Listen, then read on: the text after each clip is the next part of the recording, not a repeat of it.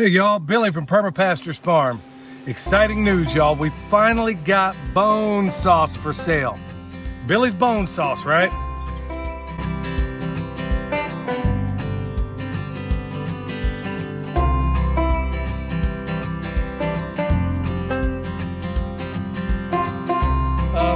Yeah, maybe we'll come up with a better name in the future, but that's what we're working with right now.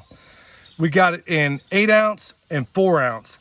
And you can find it at permapasturesfarm.com at our website. The link will be down below, all right? So anyway, let's talk about this stuff. If you're like me, and like a number of other people, you've been out there looking for a deer repellent. They've been wiping you out. I mean, you've tried everything in the store like I have, and maybe it might work for a day, it might work for a week. If you're lucky, you might get 2 weeks out of it, and then you're right back over again, spending a lot of money, putting this stuff on, and you're right back at square one again.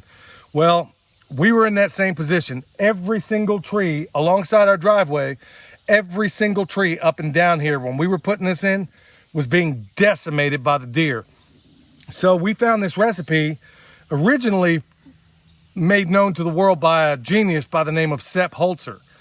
Well, we did the recipes out there over and over again, couldn't find anything that worked, or at least couldn't find a formulation that worked. I'm not exaggerating when I say I put in at least 100 hours of trying to figure this out. Finally, we devised our own method for making it, and it's a strong, long, laborious process. In fact, just to get a cup and a half of this stuff is a 12 to 14 hour process. So anyway, just so you know, this here is 50 bucks, 4 ounce, and this here is $95. Now it has to be that price because of all the work that goes into it. Like I said, every burn produces this much, a cup and a half. So you do the math on that and it ain't a whole lot. But the good thing is that this stuff goes a very long way. In fact, no matter which one we send you, it can be cut 50%. You can go ahead and take this and double it by mixing beef tallow. You can leave it strong like it is, or you can go ahead and put beef tallow in it and double what you have. Now, also, if you have pets around, they may have a desire to want to come and lick this stuff. So if that be the case, it's on you. But what I suggest you do is go ahead and find some kind of hot pepper sauce. I don't know, ghost pepper, cayenne, whatever, mix that in there. And then when the dog licks on it, you know, maybe that's one way to deal with it. I'm going to leave that up to you to figure out how to do with that. But if you have pets, they might want to get into it. Ours, for some reason, don't seem to love this stuff. Now, I'm going to show you how little you need. Now, this is what we're selling, but I'm going to demonstrate the 3 areas in which we've used it, in which it's worked for us. Okay, so I'm going to put these down, and I'm going to get into my bone sauce bucket. And there's like almost nothing left in there, y'all. Like I said, good night. Okay, it doesn't smell great, but it is what it is.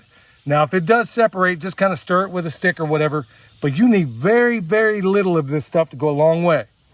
Now, we've already done all the trees up and down here, but this Bartlett pear that we got on the discount rack that we're doing something of an experiment with to see if we can get it going in late summer, this is one we haven't done. But I'm going to show you how to apply this stuff in the ways we've done. Like I said, you don't need much. Just go up and down there like so. You can go 360 all the way around it. You can even lift this cage up and then hit it around there. Like I said, a little bit goes a very, very long way. Now, it's ideal to put this stuff on when the trees are dormant. When they're vegetative, you got to be especially careful when you use it, because if you get it on these leaves and stuff, you're not going to have the best reaction. Now, I would suggest starting with this. If you have a deer issue, hit every single tree you have and just hit it from about here. Let's say that's like 3 feet down. Okay, if you have more mature trees, you can go a little bit higher if you want. But this stuff, unlike that deer repellent you're going to find in the store, where you're going to have to, you know, everybody's tried everything from soap, bars of soap, you name it. Unlike that stuff you find in the store, this stuff, if you put it on a wood surface, it doesn't have to be reapplied. Now, I'm told by the original formulator of this that this stuff lasts for 30 to 50 years.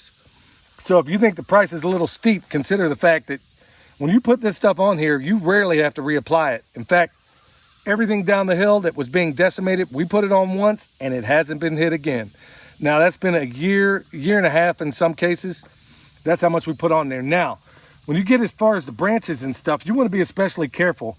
like I said, you want to make sure, this is why it's better to do this stuff when it's not vegetative. But if you're having problems at the edge, you can go ahead and, you know, go up and down it. But we like to do it in the fall or winter when the leaves are off this thing, and then just slap this stuff all the way out. That's the way Michelle did it. Now, another way we've gone about this, when we first did this, we had a video out there where we didn't want to put it directly on the tree because I wasn't sure what this stuff would do. So initially we put in stakes alongside the tree and then put this stuff on thick all the way around the stakes. That was sufficient when we first started out. But as we became more and more comfortable with it, as we did more and more test batches, we were going all the way around this stuff, putting this stuff anywhere it would go. And like I said, it doesn't need to be reapplied.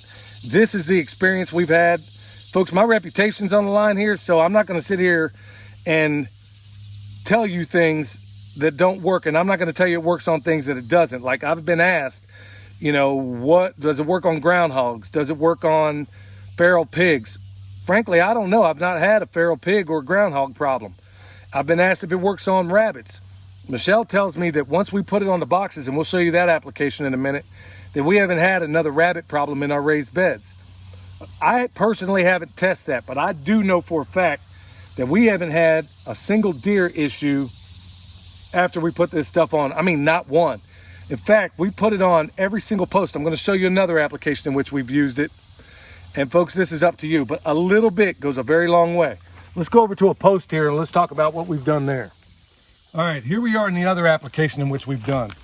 Every single post on this property, this is the edge over there where you see all that silver grass. That's my neighbor's place. But everywhere, I was so freaked out by the deer and what they were doing to us, y'all. I made a bunch of this stuff. I had Michelle go to every single post. And just like the Passover, y'all, we sat here, put this stuff up and down every single post. And like I said, it doesn't take much. This stuff spreads a long way.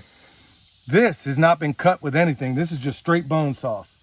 We've done this, and in fact, we hit all the metal posts as well. We even slapped this stuff on there. Now, I know for sure that on a wooden surface, it doesn't need to be reapplied.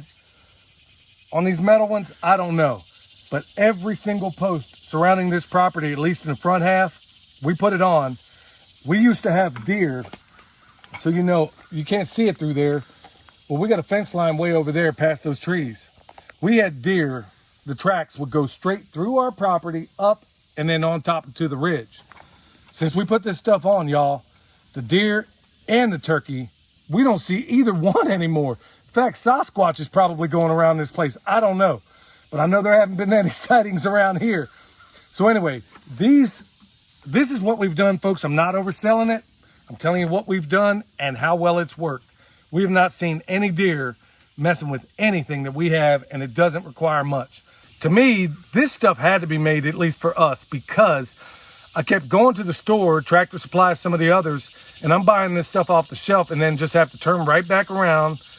It didn't work, and then I'd be right back to square one. This is the only thing that's worked for us. Now, we're going to walk up to the raised beds, and I'm going to show you what we did up there and how it's worked. All right, here we are up on the, these are our raised beds, our wooden boxes and everything. Rabbits were jumping up in here, messing with the stuff. And look at these sweet potatoes, my goodness. Now, anybody that's seen this, if you want a legit testimony of how it's worked well, check out Deep South Homestead. They were getting their sweet potatoes wiped out by deer. And they used some of this stuff, and I think they put streamers out and painted the streamers. That's one application people have done. They've had good success with it. Here's what we've done. And like I said, there ain't much on here, y'all. See that? All we've done in these raised beds, I'm going to have to lift these sweet potatoes up to get to it. All we've done is just kind of paint this stuff up and down here, up high like this, all the way around there. Like I said, it don't take much. You can smell this stuff. It's not an awful smell, but it ain't awesome either.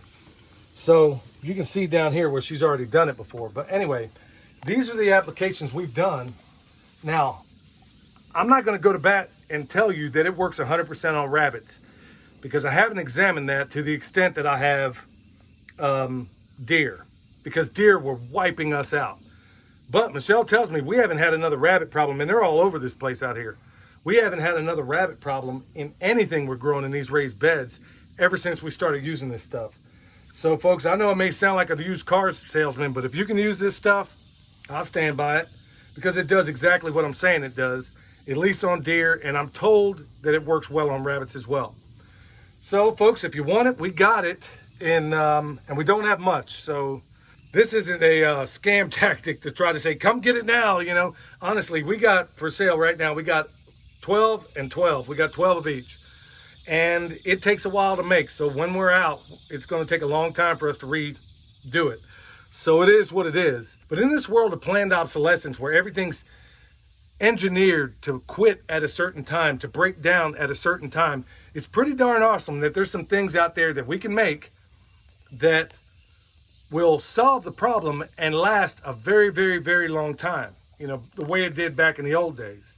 So here we are, we got this all natural stuff. Like I said, nothing but bones, water, and time, and a process that we've invented to make this work.